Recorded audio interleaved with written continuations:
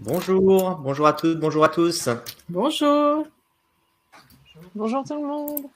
Bienvenue pour ce deuxième épisode de notre série Le Retour des RH sur le thème aujourd'hui, mon entreprise a-t-elle un genre? Voilà, je suis bien entouré.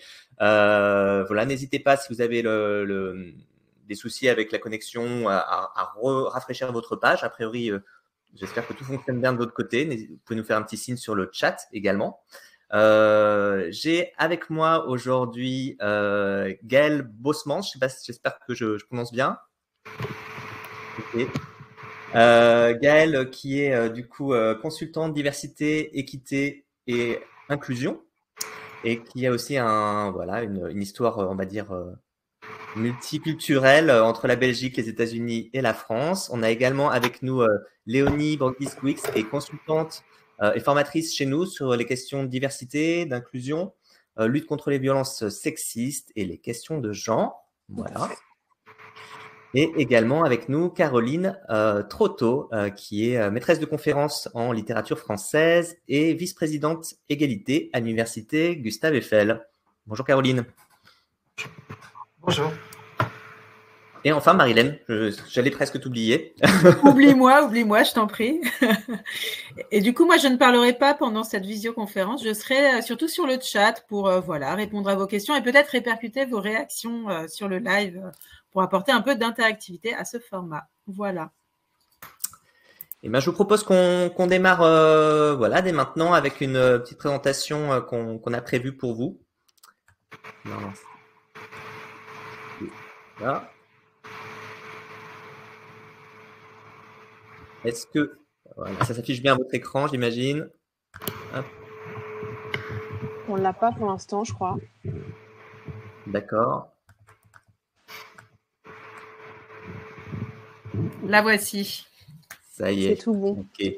Voilà, ça va me permettre de vous présenter un petit peu le programme et comment on a prévu d'organiser cette conférence. On va revenir sur cette notion de genre qui vous a peut-être un petit peu interrogé sur cette question: mon entreprise a-t-elle un genre? De quoi on parle au juste? Puis on essaiera de répondre directement à cette question avec les témoignages de nos invités qui essaieront également de vous donner des cas pratiques, des outils pour voir comment justement on peut essayer de déconstruire ces questions-là dans son organisation et essayer de peut-être d'évoluer vers peut-être des organisations moins ou non genrées. Ça va être un des débats de la journée. Je vous propose qu'on démarre dès maintenant avec la question de finalement, mon entreprise a-t-elle un genre?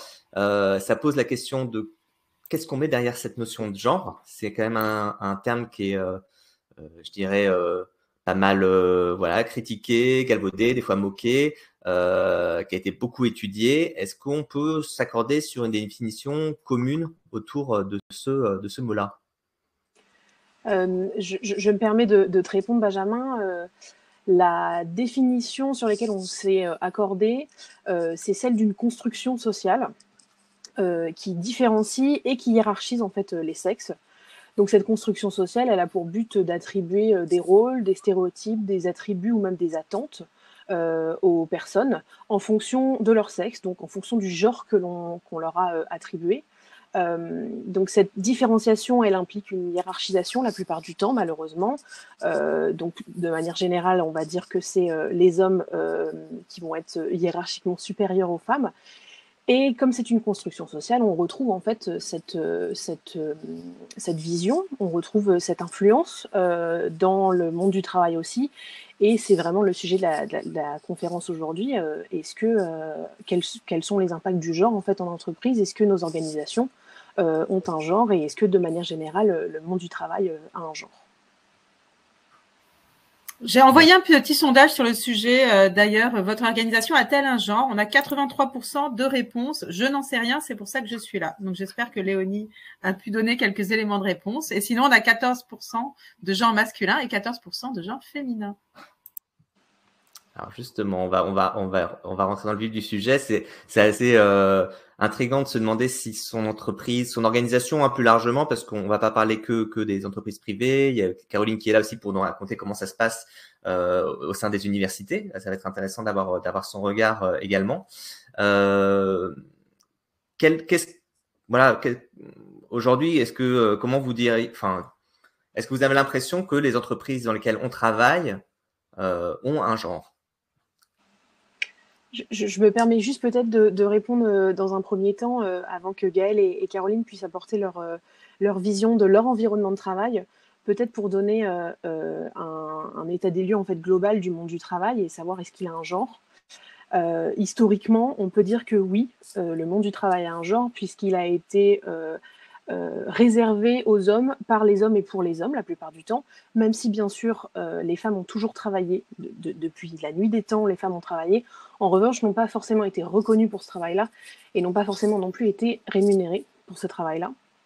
En France par exemple, il faut attendre 1965, donc c'est assez récent, pour que les femmes puissent toucher le salaire qu'elles perçoivent après avoir travaillé.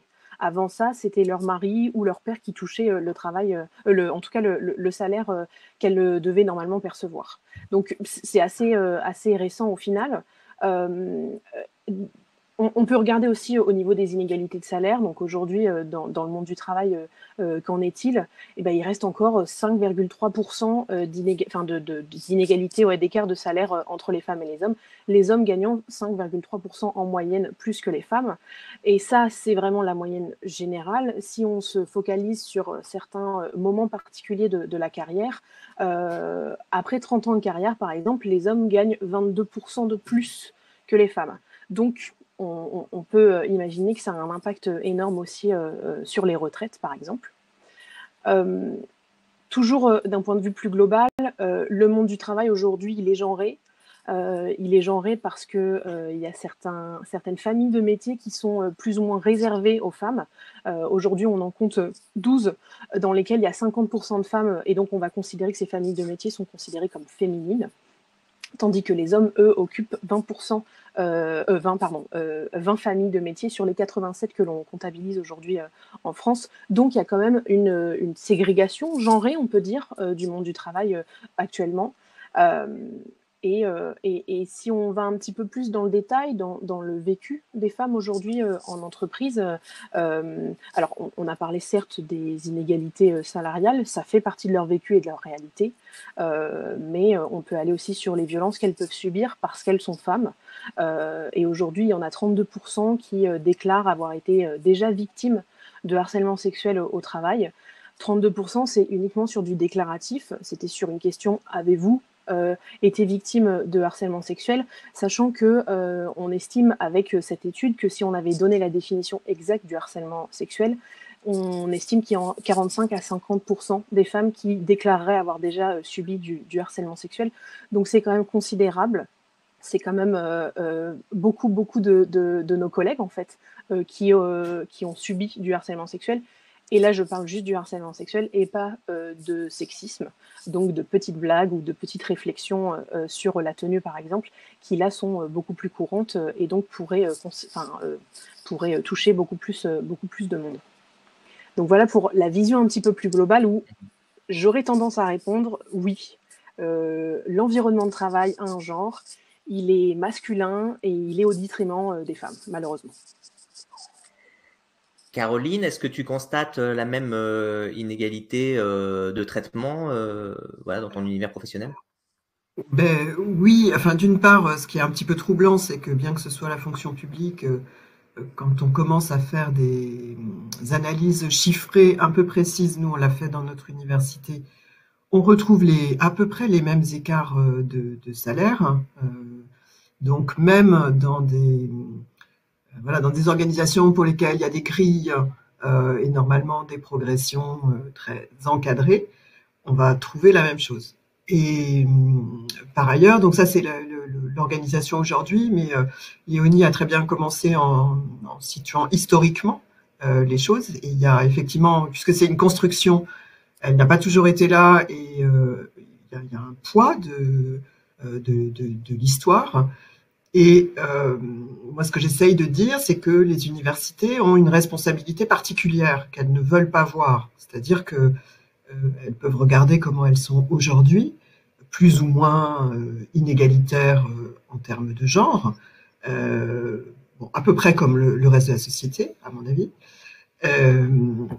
Mais elles ont une responsabilité particulière parce qu'elles ont été créées pour voilà, donner des diplômes et qui n'existaient pas avant. Il faut bien comprendre que voilà, les universités sont créées au Moyen-Âge, XIIe, XIIIe siècle, pour réserver certaines professions à des gens à qui on donne des diplômes. Or, quand on crée ces universités, en France notamment, on exclut les femmes et les juifs. Donc, cette décision initiale, elle va perdurer, on le sait, très très longtemps, puisque l'accès des femmes à la diplomation, puis ensuite à l'enseignement dans les formations, ne se fera que voilà, petit à petit, à partir un tout petit peu du 19e siècle, mais surtout au 20e siècle, et qu'aujourd'hui encore, on a une pyramide dans l'enseignement supérieur et la recherche qui fait que on a le plafond de verre, on a voilà, donc même aujourd'hui, les femmes n'ont pas accès voilà, au moins accès aux postes les plus importants dans l'université. Donc c'est ce que montre effectivement ce graphique des chiffres clés publié par le ministère de l'Enseignement supérieur et de la Recherche. On voit bien aujourd'hui les filles sont plus diplômées que les garçons jusqu'au master. Elles réussissent mieux, elles sont plus nombreuses et elles ont de meilleurs taux de réussite dans les formations. Et puis ça change à partir du doctorat. Et ensuite, dans les carrières, on retrouve la même chose. Donc là, on voit bien cet effet de différenciation et d'inégalité. Mais on peut avoir des chiffres qui masquent un peu parfois. Par exemple, dans beaucoup d'universités, on a à peu près autant d'hommes ou de femmes employés. On a à peu près une forme de parité. Sauf qu'elles ne sont pas du tout aux mêmes places que les hommes. Les femmes sont voilà, dans les catégories les moins rémunérées et les hommes dans les catégories les mieux rémunérées. Donc oui, mon organisation a non seulement un genre, mais en plus elle est responsable un peu du genre des autres organisations, puisque le diplôme, c'est quelque chose de très important en France notamment, qu'on a tendance à un petit peu fétichiser, et que voilà, il y a une histoire de cette diplomation. Ouais, c'est intéressant. Et Gaëlle, est-ce que de ton côté, tu as la même expérience personnelle de travailler dans des organisations qui étaient genrées? On ne t'entend pas. Ah. Vas-y. Ah, peut-être recharge parce qu'il y a un petit problème de micro. Voilà, j'espère que ça va revenir. Est-ce que on entend les autres, Léonie? Est-ce que de ton côté le micro fonctionne? Ouais, je l'avais mute, mais là, vous m'entendez? Ça fonctionne aussi. Ouais. Gaëlle, peut-être reconnecte-toi à la conférence pour voilà, on te retrouve dans un instant. Voilà. Est-ce que Léonie, peut-être tu avais d'autres ah, Gaëlle, est-ce que tu es de retour? Ça fonctionne ou pas? Alors, je vous vois, est-ce que vous m'entendez? Super. Oui. Super. Comment se faire remarquer pour une entrée en matière. Oui, alors, le contexte historique, je pense on l'a dit, le genre est masculin. Historiquement, c'est comme ça. Moi, je noterais quand même une évolution, et ça, c'est dans mon expérience très personnelle. Mais j'ai travaillé plus de 10 ans pour une entreprise, la même, que j'ai quittée et pour laquelle je suis revenue travailler par la suite. Et je note quand même une vraie évolution. C'est-à-dire qu'en 2010, j'avais une équipe de leadership exclusivement constituée d'hommes blancs. Et moi, évoluant dans ce milieu-là, étant souvent la seule femme dans les prises de décision, j'avais un vécu qui était quand même compliqué. C'était très compliqué d'être moi, totalement moi, dans ce contexte-là, pour un tas de raisons, et on y reviendra peut-être plus tard. Et ensuite, je prends la date de 2020, donc 10 ans après, quand je reviens pour travailler pour cette même entreprise qui a changé de visage littéralement, parce qu'on a une directrice générale qui est une femme, qui elle-même va faire en sorte que son comité de direction soit la parité exemplaire, 50-50 hommes-femmes. Et là, c'est pas que les chiffres qu'on a changé, c'est aussi tout ce qui en découle, c'est-à-dire que entre 2010, ce contexte 100% masculin, et 2020, ce contexte équilibré et cette directrice générale, ça a changé à peu près tout. C'est-à-dire, tout d'un coup, je me voyais se voir, il y avait de la visibilité sur quelqu'un qui peut-être était plus proche de moi. Il y avait tout d'un coup la parentalité qui était plus un sujet. C'est-à-dire qu'en 2010, elle était inexistante. En 2020, c'est plus un sujet. On en parle, voilà. Il y a comme ça des différents sujets il y a la vulnérabilité, les émotions qui tout d'un coup avaient une place. Il fallait plus être fort absolument. On pouvait être parfois fébrile et c'est ok. On pouvait expliquer nos émotions et c'était pas un sujet de mise à l'écart, on va dire. Donc moi j'ai vu une évolution et j'ai eu probablement beaucoup de chance d'arriver dans ce contexte-là, mais pour abonder dans le sens de ce qui a été dit plus tôt, c'est que le genre est globalement masculin parce que je le vois autour de moi. Je le vois pour toutes les entreprises qui aujourd'hui n'ont pas pris encore ce sujet de la diversité et de l'inclusion dans leur stratégie. Je le vois à quel point les choses n'ont pas bougé d'un iota dans beaucoup d'entreprises. Donc voilà, je nuancerais quoi. Et alors, est-ce que tu dirais que justement 10 ans plus tard, tu es arrivé dans une entreprise qui était de genre féminin ou Oui et non. Alors de genre féminin parce que un leadership féminisé, voilà. Donc oui, parce qu'il y a de la visibilité. Et non parce qu'en fait, c'est pas parce qu'on a une directrice générale femme et qu'on a un comité de direction avec une belle égalité, une belle parité, c'est pas parce qu'on a ça que tout baigne. C'est-à-dire que c'est pas pour ça qu'il y a plus de sexisme ordinaire. C'est pas pour ça qu'il y a plus de problèmes de relève féminine. C'est-à-dire que si on ne travaille pas certains sujets de fond toute l'année, même si on a une femme leadership, les autres femmes ne vont pas suivre par définition son travail. Donc en fait, c'est oui et non. Voilà. Donc ce que j'entends aussi du coup, c'est que tout ça, c'est aussi une question de culture et de type de management qui s'exprime. Complètement. Masculin ou féminin finalement. Ouais. Est-ce que c'est ça avant tout je sais pas, Léonie, peut-être agir là-dessus. On t'entend plus, on t'entend pas. Pardon, c'est ce que j'allais dire. Effectivement, on a donné la définition tout à l'heure. Le genre, c'est une construction sociale. Donc, c'est une construction culturelle. Et tout à l'heure, Caroline l'a dit, mais le genre n'a pas été construit de la même manière à toutes les époques et surtout pas partout dans le monde. On a différentes manières de voir le genre, mais aujourd'hui en France et de manière générale dans les pays occidentaux, cette construction, cette vision sociale du genre a un impact sur nos cultures. Et là, on le voit avec ce que Gaëlle nous a dit. Lorsqu'il y a plus de femmes, il y a des sujets différents qui sont mis sur la table. Il y a des manières différentes de voir en fait le travail et les interactions et le monde en général. Et donc, on parle de parentalité, on parle d'émotions. Il y a probablement plus de discussions sur les sujets. Il y a probablement un management ou en tout cas une manière d'interagir entre collègues ou avec son manager ou sa manager qui va être différente. Et alors tout à l'heure j'en ai pas parlé, mais le style de management reflète la plupart du temps le genre de l'entreprise. C'est parce que c'est quelque chose qui est de l'ordre du système. C'est on en revient à l'éducation et à la formation qu'évoquait Caroline, mais la manière dont les managers sont formés, la manière dont on leur apprend à interagir avec leurs collègues est très masculine. On va parler de charisme, on va parler d'autorité, de capacité à gérer une équipe, et pas de bienveillance, et pas forcément d'écoute, et pas forcément de capacité en fait à faire en sorte que tout le monde se sente bien, ou en tout cas on va pas forcément le valoriser.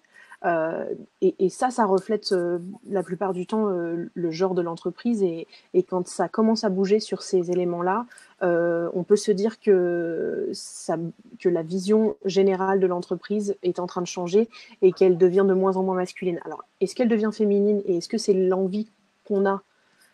On peut en discuter.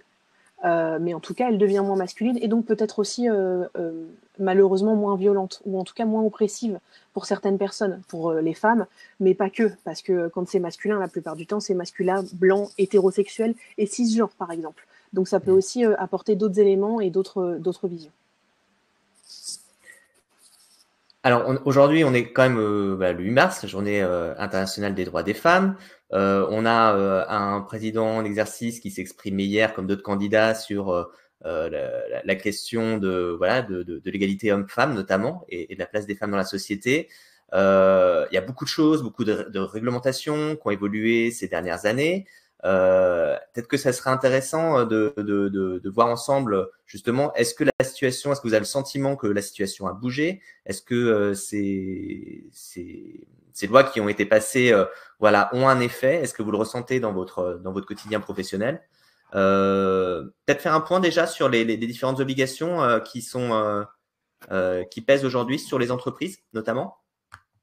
Et effectivement, ça fait une bonne vingtaine d'années maintenant qu'il y a des obligations légales qui sont mises en place pour les entreprises et enfin pour les organisations, qu'elles soient privées ou publiques d'ailleurs. Alors, peut-être, voilà, on avait préparé quelque chose pour refaire le point là-dessus. C'est important. Pour toutes les entreprises, les organisations de manière générale ont une obligation d'objectif de réduction des écarts salariaux et de manière générale d'écart d'égalité en matière d'égalité professionnelle. Ces entreprises ont aussi une obligation de prévention des RPS, donc des risques psychosociaux, ce qui veut dire aussi une prévention du sexisme et du harcèlement sexuel ou même du harcèlement moral, par exemple. Donc une obligation de réagir quand il y a un signalement, ce qui pousse d'ailleurs de plus en plus d'entreprises aujourd'hui à mettre en place des cellules de signalement en interne et à mettre en place des systèmes en fait, qui permettent de réaliser des enquêtes lorsqu'il y a un signalement dans ces cas-là. Donc ça, c'est pour toutes les organisations, peu importe leur taille. Après, pour certaines d'entre elles qui ont un CSE ou par exemple des organisations syndicales, il y a une obligation là d'avoir un accord égalité professionnelle. Un accord, ça veut dire un engagement signé de la part de la direction et des organisations syndicales pour mettre en place des outils et des processus pour réduire les écarts salariaux de manière générale et participer en fait à l'égalité professionnelle dans l'entreprise. Donc là, ça doit être clair et signé. Et ces entreprises doivent aussi nommer un référent ou une référente harcèlement sexuel, agissement sexiste, qui a pour but de faire de la prévention sur le sujet et d'être une personne ressource sur ces thématiques. C'est important, je vous le mets ici, parce qu'il y a beaucoup d'organisations qui n'ont pas ces référents et ces référentes, alors que c'est obligatoire. Et je peux vous le dire, c'est plus que nécessaire et c'est très utile, puisque la plupart du temps, quand ces personnes sont nommées, les salariés font remonter des situations et en fait, on se rend compte qu'il y a un terreau, ou en tout cas, qu'il y a des situations de sexisme ou de harcèlement sexuel. Petit point également, c'est obligatoire de former cette personne. Donc, nommer un référent ou une référente, c'est top. La former, c'est encore mieux et c'est même obligatoire. Et on va un peu plus loin. Donc, effectivement, pour les entreprises de plus de 50 salariés, là, il y a une obligation de publication de l'index égalité professionnelle. La plupart du temps, ça arrive courant mars environ. Avec la prise en compte de plusieurs éléments, notamment les augmentations, les promotions, les écarts de rémunération et les écarts de rémunération dans les rémunérations les plus hautes. Et une dernière obligation qui est importante aussi et qui a un impact sur l'environnement de travail et sur les personnes qui y travaillent, c'est l'obligation de former toutes les personnes qui touchent de près ou de loin au recrutement à un recrutement non discriminant. Pour permettre en fait de se concentrer uniquement sur les compétences et de ne pas recruter en raison du genre, par exemple, ou de refuser des femmes ou de refuser des hommes à cause de leur genre. Donc ça, c'est le point sur les obligations légales. Il y en a quelques-unes, elles sont importantes à retenir parce que il faut être dans les clous. Mais j'ai envie d'aller plus loin, et c'est là où on parle de changement et d'évolution. C'est un outil, c'est un levier en fait pour vous toutes et tous qui nous regardez, qui avez envie de mettre en place des choses ou qui avez envie d'être moteur sur ces thématiques d'égalité professionnelle et sur ces thématiques d'inégalité de genre dans votre entreprise. Appuyez-vous sur ces obligations légales, appuyez-vous sur le risque juridique qui peut faire peur pour pouvoir mettre des choses en place, pour pouvoir mettre de la formation en place et pour pouvoir changer en fait les mentalités sur ces thématiques-là. Merci Léonie. Est-ce que c'est assez intéressant de voir quand même l'ensemble de ces dispositions qui sont à mettre en place? Ça paraît assez énorme. J'avais envie de poser une question du coup de sondage aux personnes qui nous regardent. Est-ce que déjà vous avez le sentiment que l'organisation dans laquelle vous travaillez respecte ou pas ces réglementations? J'avais lancé la question justement, Benjamin, sur le chat, et j'avais un total de 78% de personnes qui avaient répondu oui à cette question, et 21% allaient découvrir. Ok, d'accord, très bien. Très bien. Eh ben, ça fait quand même, oui, 78%, c'est pas mal. En même temps, c'est normal, c'est la loi, donc ça fait. C'est normal, c'est la loi, et c'est probablement aussi des personnes qui sont sensibilisées déjà à ces sujets qui nous retrouvent aujourd'hui. Donc c'est plutôt chouette qu'elles puissent nous confirmer que y a des choses qui sont mises en place et que la loi, comme tu dis, est respectée. C'est du positif, c'est bien. On continue. Est-ce que sur ce même sujet, vous avez l'impression, je sais pas, Caroline, est-ce que toi, par exemple, dans l'entreprise, dans ton université, tu as l'impression que ces réglementations ont eu un effet bénéfique? Est-ce que ça a changé des choses? Il est sûr que les obligations légales ont un effet très important parce qu'il faut se mettre en conformité et c'est un levier très important. Et donc, dans la fonction publique, a dû faire des plans pour l'égalité professionnelle qui ont dû être faits là, en 2020, 2021. Et ça a été un moment extrêmement important de prise de conscience. Déjà, il y a déjà un moment de diagnostic de sa propre organisation qui est quelque chose de très important parce que il y a toujours une partie des gens qui sont sensibilisés, qui savent déjà de quoi on parle, mais finalement, je trouve que le niveau global de culture sur la question du genre, sur la question de l'égalité, il est assez faible. Et donc, et beaucoup des débats qui ont lieu, qui sont très médiatisés, contribuent à réduire le niveau d'information, à mon avis, plutôt qu'à à avancer, parce que voilà, on est dans des caricatures, dans des et finalement on réfléchit pas beaucoup à tous les, aux vrais problèmes. J'aime pas cette expression parce que c'est souvent une expression justement qui est employée pour délégitimer des tas d'actions qui sont très importantes, comme si elles étaient moins importantes que d'autres, et comme s'il n'y avait pas un continuum sur lequel il fallait agir. Donc oui, je pense que ces obligations sont très importantes. Les obligations de mise en place de cellules de signalement, c'est très important. La lutte contre les violences sexuelles et sexistes et contre le sexisme d'ambiance, c'est extrêmement important parce que on sait qu'il y a un continuum de la violence. Donc voilà, il suffit pas on peut pas penser que ce sont quelques actes déviants et puis que voilà, l'ensemble du système serait indépendant de ces quelques cas très dramatiques contre lesquels tout le monde serait évidemment facilement mobilisé. Donc voilà, donc je pense que ces questions des dispositifs de signalement, etc., c'est très important. La question de la formation et de la sensibilisation me paraît également très importante. C'est-à-dire que effectivement, alors Léonie, tu l'as dit pour les référents, référentes, qu'il fallait les former. Mais je pense que c'est toute l'entreprise ou toute l'organisation qu'il faut former. Et on est souvent, quand on est formé, on est souvent un petit peu choqué, étonné des bêtises que peuvent nous dire des collègues par ailleurs pas mal intentionnés. Comme l'enfer, c'est toujours pavé de bonnes intentions. Mais voilà, il y a donc je pense que c'est très important de former et que les obligations légales sont très importantes.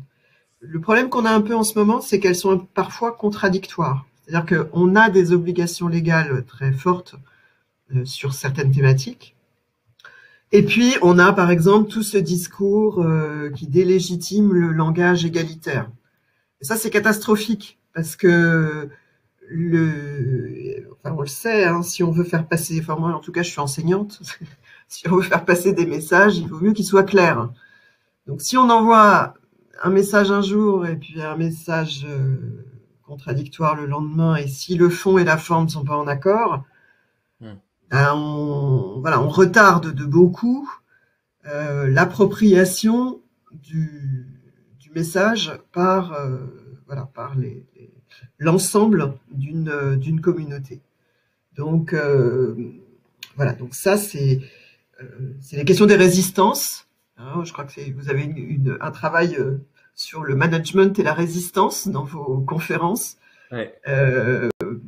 Voilà, il y a une réflexion pour nous très importante à faire là-dessus sur qu'est-ce qu'on fait des résistances qui s'expriment de diverses manières. Alors, la formation, une des réponses, Marilène? Oui, c'est jeudi, rendez-vous à ma conférence sur les sujets, sur les résistants au changement. Merci pour cet instant interpromotion sur ces sujets. Et sinon, j'avais une réaction sur le chat de Lucie. Que pensez-vous de l'index égalité homme-femme? Je le trouve personnellement très mal construit et très biaisé. C'est de la communication pure pour le coup. Je pense qu'il faut en être conscient et consciente que c'est un outil de communication et effectivement il est très mal construit parce que il regarde pour pouvoir avoir une bonne note il faut simplement prouver qu'on a augmenté tout le monde par exemple, mais si on a augmenté les femmes de 5 € par mois et qu'on a augmenté les hommes de 100 € par mois, on va quand même avoir tous les points d'augmentation, enfin tous les points en fait liés à ce critère de l'augmentation salariale. Donc il est à regarder avec beaucoup de distance et beaucoup de recul. Mais encore une fois, ça peut être un levier très utile en interne de dire on a l'obligation de publier cet index, on va le faire. Mais pour ça, on a besoin de savoir d'où on part et tout à l'heure, Caroline parlait très justement de faire un diagnostic, en fait, de faire un audit, de savoir où est-ce qu'on en est et quels sont les chiffres aujourd'hui. Et souvent, ce que je conseille, c'est d'utiliser cet outil comme un levier pour pouvoir ensuite entrer dans une période de diagnostic, puis dans la mise en place en fait de nouveaux processus qui vont être qui vont être écrits dans un accord égalité. Donc c'est un outil comme un autre.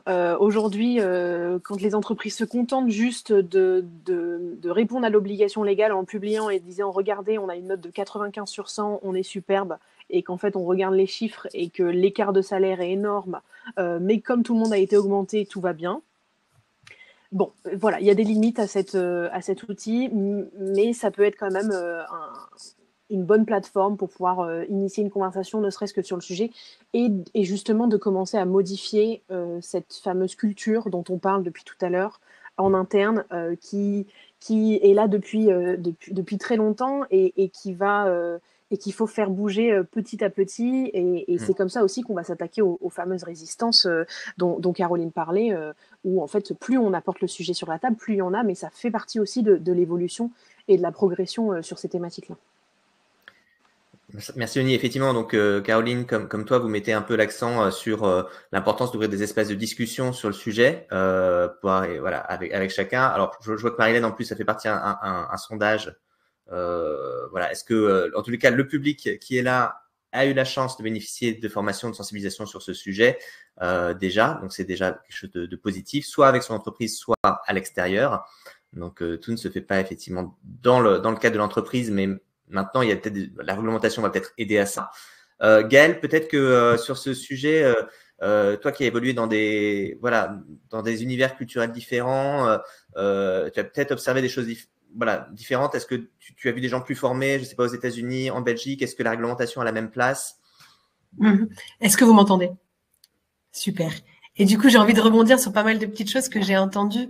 Je profite de ta question, mais ces fameuses résistances, en fait, moi, je me rends compte pour avoir fait maintenant 2 ans presque de sensibilisation autour de sujets qui sont des sujets nouveaux pour l'entreprise, en fait. C'est-à-dire que c'est des sujets, on n'en parlait pas avant. Donc, c'est nouveau. Donc, on demande un grand changement, quand même, culturel. Et donc, les résistances, elles sont entendables, logiques. Et c'est une vraie opportunité, ces résistances, pour faire de ces résistances des vrais alliés de ces sujets-là. Maintenant, les obligations légales, c'est formidable, ça crée le changement, mais c'est clairement pas suffisant. C'est-à-dire que si on veut être compliant et c'est très facile, comme tu le disais, Léonie, c'est hyper simple d'être compliant, mais ça ne fait pas forcément avancer les sujets de fond. Ce qu'il faut, c'est dédier des budgets, allouer des budgets en entreprise au sujet de diversité et d'inclusion. Ce qu'il faut, c'est sensibiliser, c'est créer des espaces de libération de la parole. C'est-à-dire que si les entreprises, pour moi, ne créent pas dès aujourd'hui des espaces de libération de parole sur ces sujets, la parole, elle va se libérer autrement. Et quelles sont les conséquences pour une entreprise si la parole se libère autrement? Donc, autant profiter de cette opportunité pour être aussi en contrôle de cette libération de la parole dans son entreprise. Donc voilà, la législation, c'est nécessaire, mais ça marche pas si on s'arrête à ça. Là, on est dans le tick the box exercise, check, c'est fait, c'est bon, c'est fait. Sauf qu'en fait, ça demande un travail de fond qui est vraiment plus conséquent. Et du coup, je rebondis sur ta question. Oui, moi, je suis belge d'origine et culturellement, et puis j'ai travaillé aux États-Unis, à San Francisco et à Paris. Et c'est vrai que je rencontre des résistances différentes dans ces différents pays, c'est évident. Il y a toute une histoire diversité-inclusion aux États-Unis qui fait que on pourrait dire qu'ils ont un temps d'avance sur la France, par exemple. En Belgique, c'est aussi très différent parce qu'on grandit dans une culture où déjà il y a 3 langues officielles, il y a des communautés reconnues qui sont différentes, qui sont très différentes et qui grandissent ensemble. Ça forge aussi un système différent. Et c'est vrai que je le retrouve peut-être moins en France, où on a très peur de nommer les choses. Et finalement, je me rends compte, là, dans les sensibilisations que je fais, c'est qu'une fois que les choses sont nommées, on avance réellement, quoi. On avance réellement et on devient tous acteurs de ce changement. Donc, je me rends compte à quel point les sensibilisations, elles portent leurs fruits et à quel point on change un peu le monde, quoi. Et juste, je rebondis sur un autre sujet, mais travailler ces sujets, c'est pas que être compliant avec la loi, c'est juste aussi faire en sorte que notre entreprise soit le reflet de la société. Et pourquoi c'est important? Pas juste pour faire bien, parce que c'est bien de travailler ces sujets, mais pour l'interne, c'est-à-dire que maintenant on sait, c'est prouvé que de travailler nos sujets diversité et inclusion, ça amène plus de performance, plus de bien-être au travail, plus d'innovation. Donc ça, quelle entreprise peut aujourd'hui se dire non, moi j'en veux pas de ces 3 points-là? Et ensuite, par rapport à vos clients, aujourd'hui vous êtes une entreprise, vous vendez un produit ou un service, à qui vendez-vous votre produit ou votre service? À la société, à quoi ressemble-t-elle? Est-ce que j'intègre cette réalité dans mon développement produit? Donc pour moi, la diversité et l'inclusion, et notamment ce sujet de parité, devrait faire partie intégrante de la stratégie de toute entreprise qui a envie de survivre dans les années à venir. Voilà. Ouais. Et c'est intéressant. Alors, j'aimerais bien, c'est peut-être d'ailleurs, comme je vois que j'ai l'impression que les personnes qui nous suivent sont assez, en tout cas un petit peu formées, sensibilisées sur le sujet.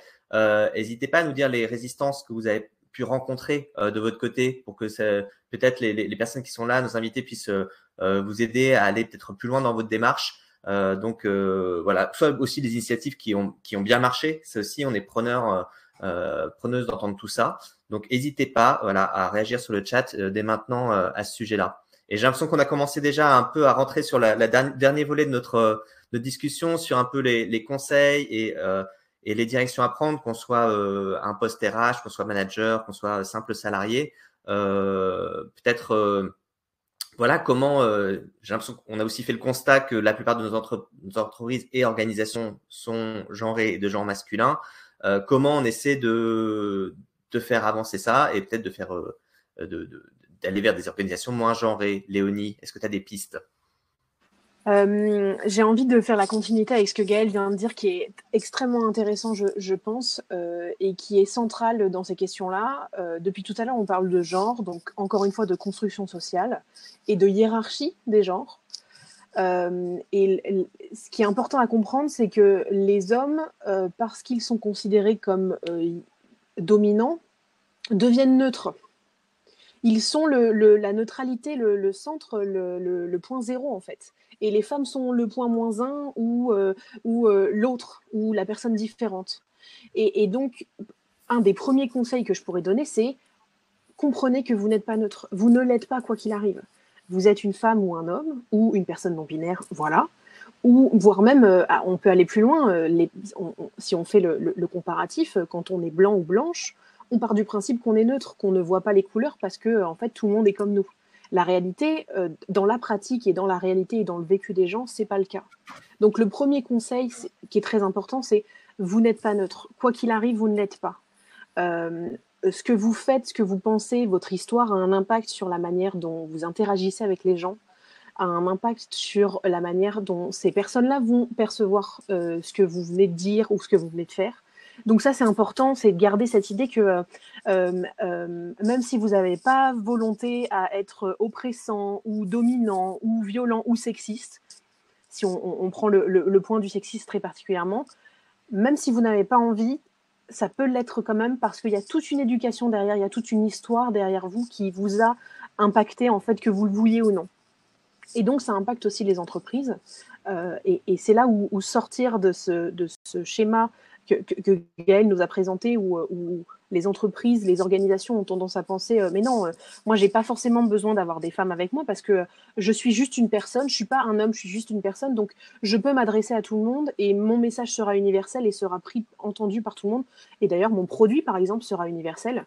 Alors que dans la réalité, on s'en est rendu compte, il y a plein de produits qui ont été faits par des hommes et où les femmes ont dit en fait, vous êtes gentils, mais nous, on ne peut pas l'utiliser. Je prends l'exemple de l'application santé d'Apple, qui, lorsqu'elle est sortie, avait complètement oublié de pouvoir étudier les menstruations. Bon, s'il y avait eu probablement des femmes dans l'équipe produit de cette application, elles se seraient peut-être dit, en fait, là, vous nous avez complètement exclus de ce développement produit. Donc, partir de ce constat que vous n'êtes pas neutre, ça c'est vraiment le B à bas, on va dire. Et par la suite, il y a plein de choses très concrètes que vous pouvez mettre en place pour faire un reset culturel. C'est Gaëlle qui utilise beaucoup ce terme-là et je le trouve pas mal, mais c'est vraiment pour changer en fait la manière dont on voit le genre. Et donc là, il va y avoir de la formation, c'est très important, mais formez-vous, formez vos équipes. Ne partez pas du principe que parce que vous êtes ouvert d'esprit, ça va suffire, mais vraiment faites la démarche de vous faire accompagner par des personnes qui sont spécialisées, parce que vous allez probablement ouvrir les yeux sur des petits trucs que vous n'aviez pas encore vus. Et ce sont aussi des espaces de parole qui vous permettent de parler de vos vécus, de ce que vous avez pu, de ce dont vous avez pu être victime, ou voire même ce que vous avez pu perpétuer par rapport à quelqu'un sans forcément vous en rendre compte. Donc formez-vous. Questionnez vos processus RH et managériaux, parce que c'est pas parce que ça existe et que ça a toujours été comme ça et que ça a toujours fonctionné comme ça que c'est bénéfique pour tout le monde. Et il y a plein de petites choses au niveau de vos processus qui, de 1, sont illégaux probablement et qui sont discriminants, parce que en tant que consultante et formatrice, j'en vois tous les jours des processus managériaux et RH qui sont discriminants. Et de 2, s'ils ne le sont pas, ne sont pas forcément complètement optimisés ni pour votre entreprise, ni pour les personnes que vous managez ou que vous vous occupez en tant que RH. Faites aussi le constat, où est-ce que vous en êtes, mesurez, ayez des chiffres, faites un audit, questionnez les salariés qui vous entourent pour savoir quels sont leurs vécus dans votre entreprise, quelles sont leurs difficultés, les barrières qu'elles et ils rencontrent, et plus particulièrement elles, quand on parle du genre. Demandez-vous quels sont les écarts de salaire dans mon organisation, est-ce qu'il y a des grilles salariales, est-ce que ce serait bénéfique d'en mettre en place, et un autre point important, mais ne restez pas seul, parce que en fait, quand on est seul, on est obligatoirement biaisé, parce qu'encore une fois, on n'est pas neutre. Donc d'avoir déjà 2 personnes pour prendre une décision managériale, ça va vous aider à déconstruire des biais genrés et sexistes que vous pourriez avoir sur votre collègue sur lequel vous êtes en train de douter, est-ce qu'elle serait capable d'être manager, et en fait, sans vous rendre compte, vous avez des biais sexistes qui sont à l'œuvre là. Donc un des conseils, c'est vraiment ne restez pas seul pour prendre vos décisions managériales. Et ensuite, toujours dans cet état d'esprit un peu, mais soyez bienveillants et bienveillantes. Vous ne pourrez pas tout changer d'un coup, vous ne pourrez pas remodifier complètement votre état d'esprit et votre manière de voir les choses. Ça va se faire au fur et à mesure. Vous êtes prêts déjà à vous remettre en question, donc c'est top. Mais juste, soyez bienveillants et bienveillantes avec vous-même et avec les autres. C'est comme ça que progressivement, on met en place en fait de nouveaux standards culturels en fait, et une nouvelle manière de voir l'entreprise, et donc de voir aussi le genre des personnes dans l'entreprise. C'est un beau message, Léonie, effectivement, s'épauler, se soutenir sur ces sujets-là. Caroline, est-ce que toi qui as mené à bien un plan d'action égalité au sein de l'université, peut-être nous dire qu'est-ce qui a bien marché? Est-ce qu'il y a des écueils qu'il faut éviter?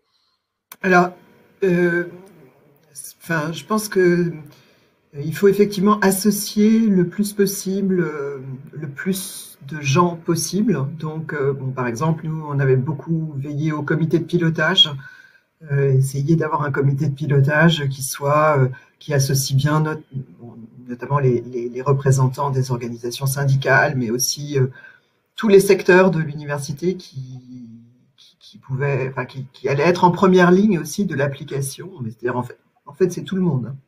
Donc, co-construire, associer le plus largement, parce que, c'est très important ce qu'a dit Léonie sur de rappeler les questions de hiérarchie, que cette question du genre, ce qui est problématique, c'est l'organisation hiérarchique des genres, hein, donc on est en fait renvoyé à quelque chose de beaucoup plus large qu'à la question femmes-hommes. On est renvoyé à une question de construction hiérarchique de nos organisations, et à ce qu'a dit Léonie sur l'absence de neutralité, quoi. Hein, d'arrêter de penser qu'il y a un genre qui serait le neutre, l'universel, on le dit aussi, et puis l'autre qui serait la différence. Et ça, c'est transposable sur des tas d'autres problématiques. Donc, plus on associe largement, plus on se donne le temps d'écouter. C'est-à-dire, il suffit pas de faire, bien sûr, d'avoir des comités fantômes, quoi. Hein. Il faut prendre le temps d'écouter les gens, de recueillir leur expérience et de partager la réflexion avec eux sur ce qui va être prioritaire. Quelle priorité on va se donner, sur quoi on va mettre l'accent pour commencer, pour se transformer. Donc voilà, donc moi ça c'est je pense qu'il y a eu un très grand bénéfice. En tout cas, ce qui est sûr, c'est que ça a été un très gros effort pour nous, puisque on est une université qui s'est créée par le regroupement d'établissements au 1er janvier 2021. Donc, il a fallu faire le plan en même temps que le Covid et en même temps que la fusion d'établissements. Donc, honnêtement, même moi, hein, si on m'avait donné le choix, j'aurais dit on va peut-être pas commencer par un plan pour l'égalité, on fera ça plus tard. Mais finalement, tout le monde reconnaît que ça a été une chance d'être obligé de mener ce travail-là, parce que ça nous a permis de nous connaître dans les anciens établissements, disons, qui se regroupaient. Ça nous a permis d'aller vers un projet nouveau ensemble, de vraiment avoir un projet de transformation, de se dire, voilà, si on se met ensemble, c'est pour faire quelque chose de nouveau et qui nous donne des bénéfices par rapport à nos structures antérieures. Et finalement, il y a une reconnaissance, notamment des personnels et des organisations syndicales, de dire ça c'est un sujet sur lequel on a l'impression d'avoir vraiment avancé. Donc il y a vraiment des bénéfices à la co-construction, à la réflexion sur ces sujets-là, mais ça suppose de faire attention à plein de choses, quoi. Moi, ça c'était on a repris là ce que j'avais proposé dans les objectifs que je donnais quand je passais devant les conseils de l'université. C'était donc de dire ce qu'on voulait faire, et que donc on voulait pas seulement un plan, mais avoir une culture partagée, on espérait des bénéfices pour les conditions de travail et de formation des étudiants, des étudiantes, mais qu'il fallait que ce soit vraiment co-construit et raisonnable, parce que si c'était une charge supplémentaire qui n'était pas reconnue comme utile et adaptée, disons, aux réalités de l'organisation,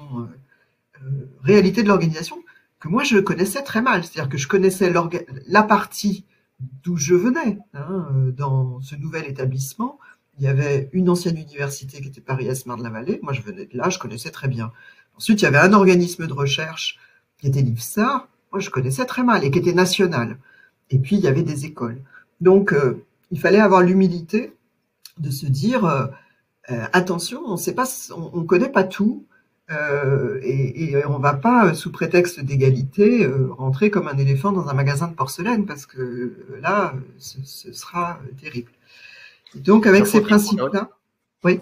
J'allais dire, Caroline, j'en profite pour envoyer peut-être le lien aussi voilà, du plan et des éléments qui sont accessibles sur le site internet de l'université, parce qu'il y a pas mal de ressources. Voilà, alors, merci beaucoup, Benjamin. Donc, et pour communiquer, donc on a tout de suite créé un site internet. Ça a été voilà quelque chose d'important. Il a fallu, de toute façon, pour tout ce qu'on fait, il faut se battre.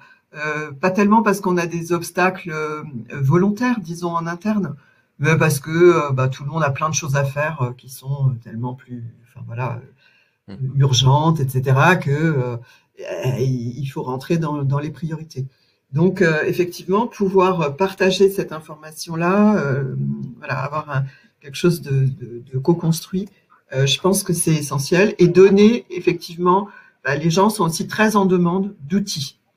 Alors, on n'a pas d'outils miracles, mais c'est important de pouvoir donner quand même des repères que les gens aient. Alors, donc, on a donné, par exemple, sur le langage égalitaire. Alors, bien sûr, ça a été l'occasion de se faire bien engueuler, je vous le dis, forcément. C'est des sujets où on fait pas l'unanimité tout de suite, mais petit à petit, il y a une culture commune qui quand même se construit et sur laquelle les gens peuvent s'accorder. Et voilà. Et donc, il faut effectivement donner des outils et à mon avis, co-construire ces outils. Je crois qu'il y a rien. Tout ce qui descend d'un endroit est difficilement appropriable, quoi. Et la question du langage aussi que tu mets en avant, Caroline, je sais pas si c'est, s'il y a des questions là-dessus. Il nous reste 10 minutes ensemble, donc si vous avez des questions, c'est le moment. Allez-y sur le chat. Marilène nous les fera suivre.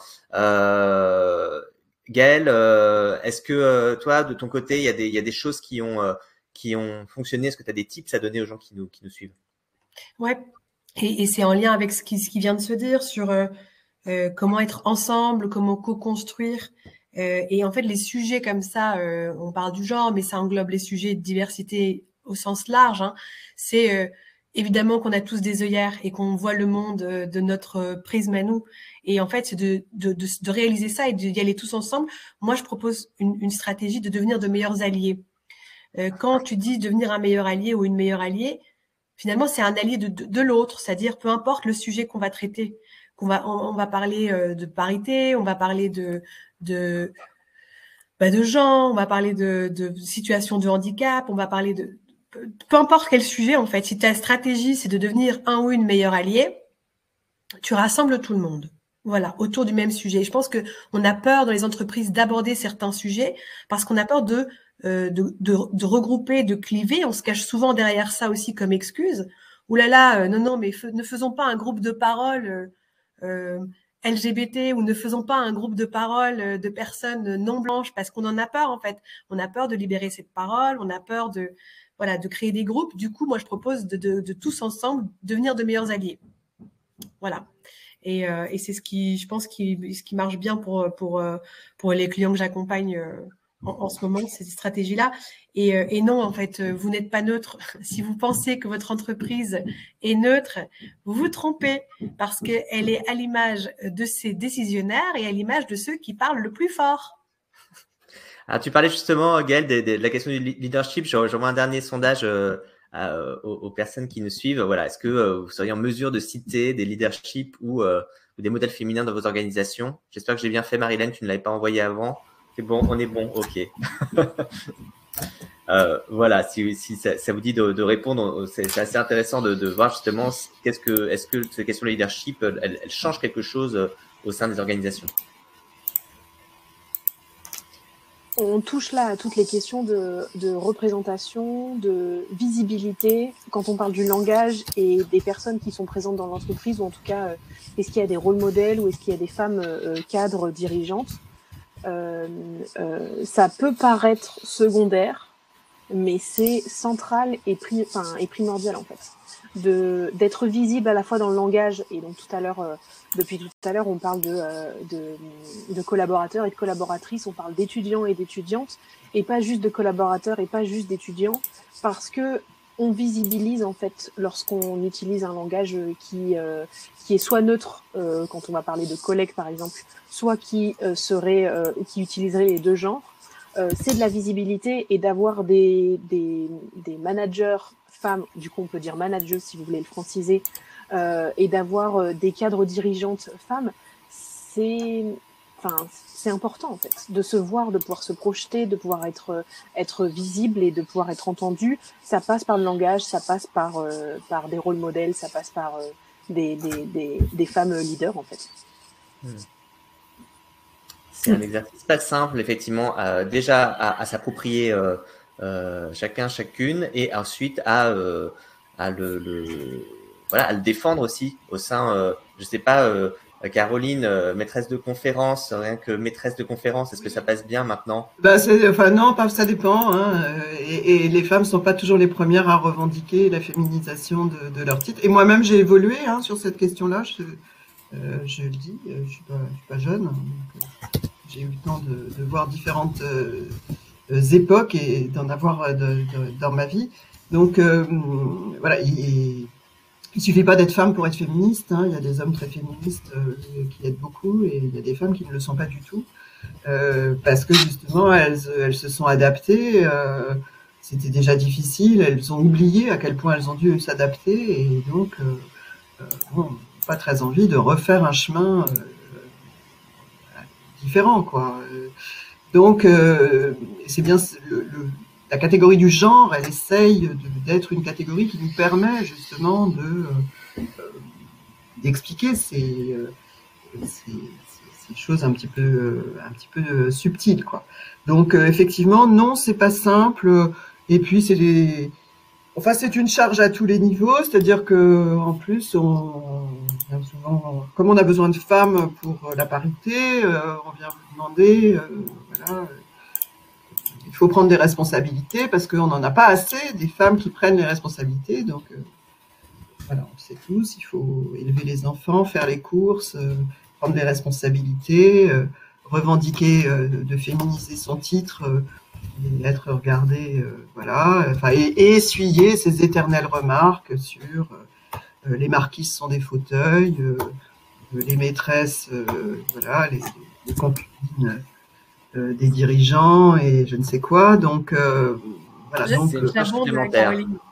J'abonde, je me permets d'intervenir parce que c'est le sujet pour lequel il faudra faire attention. C'est aujourd'hui ce fameux leadership féminin qu'on veut driver, qu'on veut pousser, qu'on veut mettre en avant.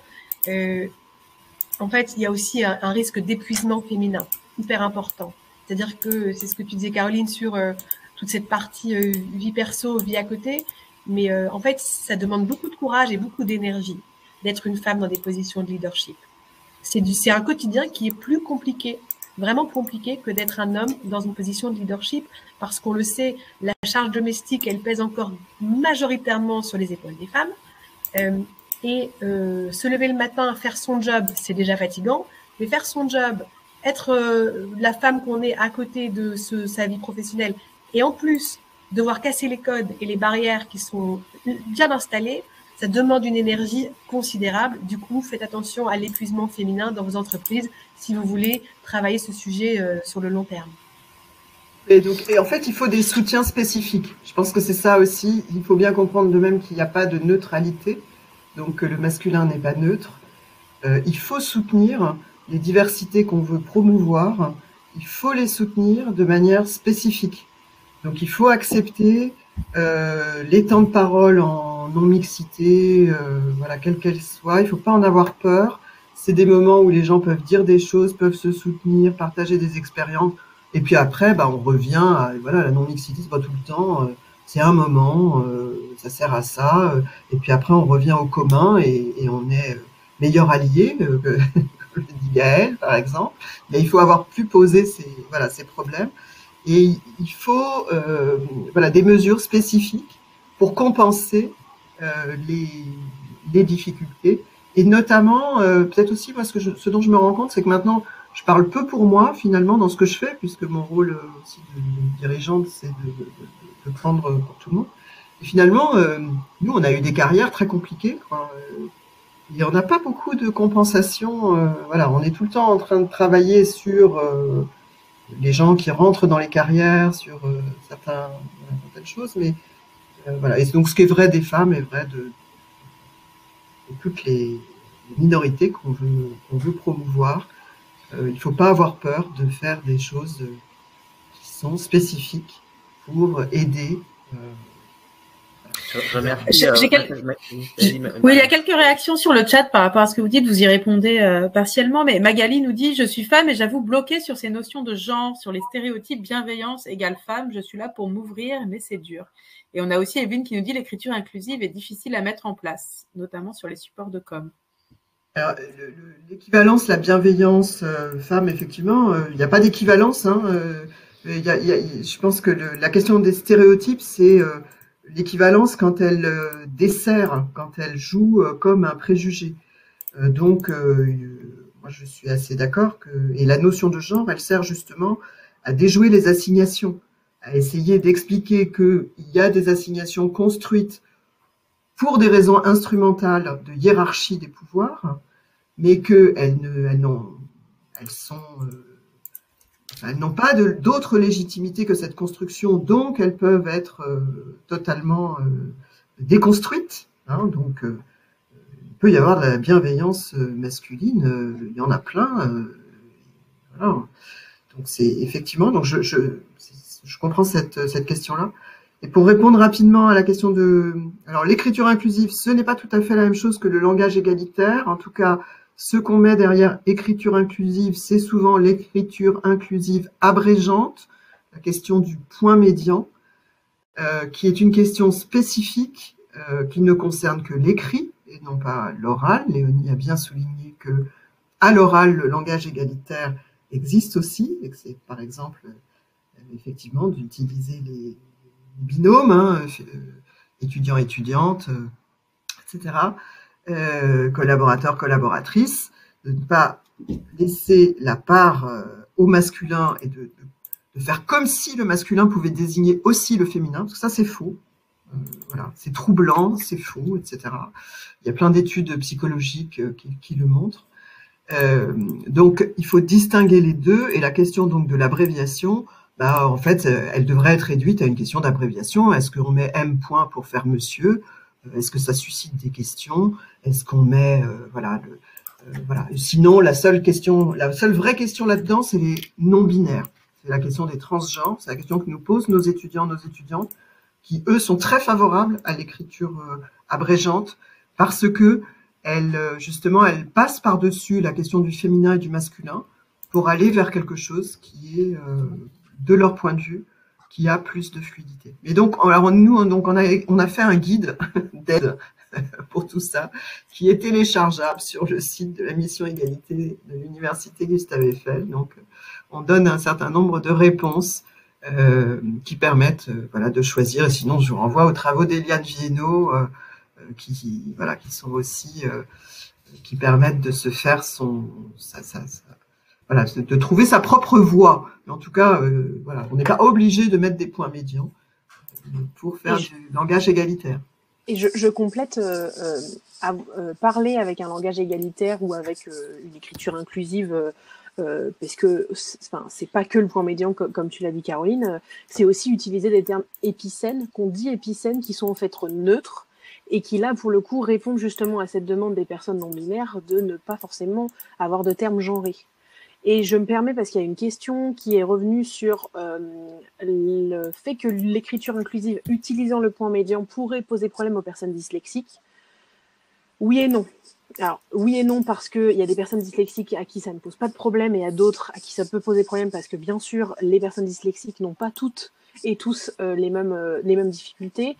Je me permets juste, c'est un argumentaire contre l'écriture inclusive clair et précis qui a été mis en avant, alors que les personnes justement qui utilisent cet argument s'en foutent complètement des personnes dyslexiques lorsqu'il n'est pas question d'écriture inclusive. Je pense que c'est important de le dire quand même, mais si vous voulez vraiment aider les personnes dyslexiques lorsque vous écrivez quelque chose, il y a plein de petits tips très concrets. Utilisez des bonnes couleurs et avec beaucoup de contraste dans vos présentations, par exemple.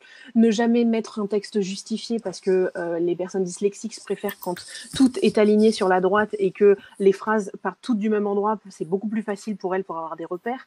Donc vraiment, si vous voulez mettre en place quelque chose de bénéfique pour les personnes dyslexiques et de manière générale pour toutes les personnes qui ont des déficiences visuelles, il y a des choses à mettre en place, mais l'écriture inclusive n'est pas un problème. Enfin, c'est pas un souci. Il y a plein de manières d'écrire de manière inclusive, non sexiste, égalitaire, ouverte. Il y a plein de, enfin, voilà, tous les termes qu'on utilise pour parler de cette écriture et de ce langage, en fait. Il y a plein de façons d'avoir un langage égalitaire, à l'oral, à l'écrit, sans forcément poser de problème à personne. Et vous pouvez, si c'est ce qui vous plaît et si c'est ce qui est facile pour vous, utiliser le point médian ou les parenthèses ou le tiret. Allez-y en fait, parce qu'aujourd'hui, il n'y a aucune norme qui a été créée autour de ce langage égalitaire, de ce langage non sexiste, inclusif. Donc, faites comme bon vous semble. Mais voilà, c'était important de faire la précision sur cet argument qui est souvent avancé et qui est un peu bancal à mon avis et d'après l'avis de beaucoup de personnes qui utilisent justement le langage inclusif. Merci Léonie pour ce point. Et bien, je vais tout vous remercier pour cette conférence. J'espère que voilà, on a pu répondre à toutes vos questions. On se retrouve demain pour une autre conférence ensemble sur le thème s'aimer comme on travaille, avec des conseils de Love Coach pour fidéliser vos salariés. On va sans doute pas mal s'amuser pendant cette conférence également. Donc voilà, je vous invite à nous rejoindre. Je vous remercie encore pour tous vos conseils et puis voilà, n'hésitez pas à nous contacter si vous voulez les contacts des personnes qui sont de nos invités. Voilà, si vous voulez avancer sur la formation ou des ateliers sur ces thématiques, c'est ce qu'on fait avec Léonie qui est ici où on intervient directement dans les organisations également. Merci encore. Merci à vous. Merci tout le monde. Et à demain. Très bonne journée. Merci, au revoir. Au revoir.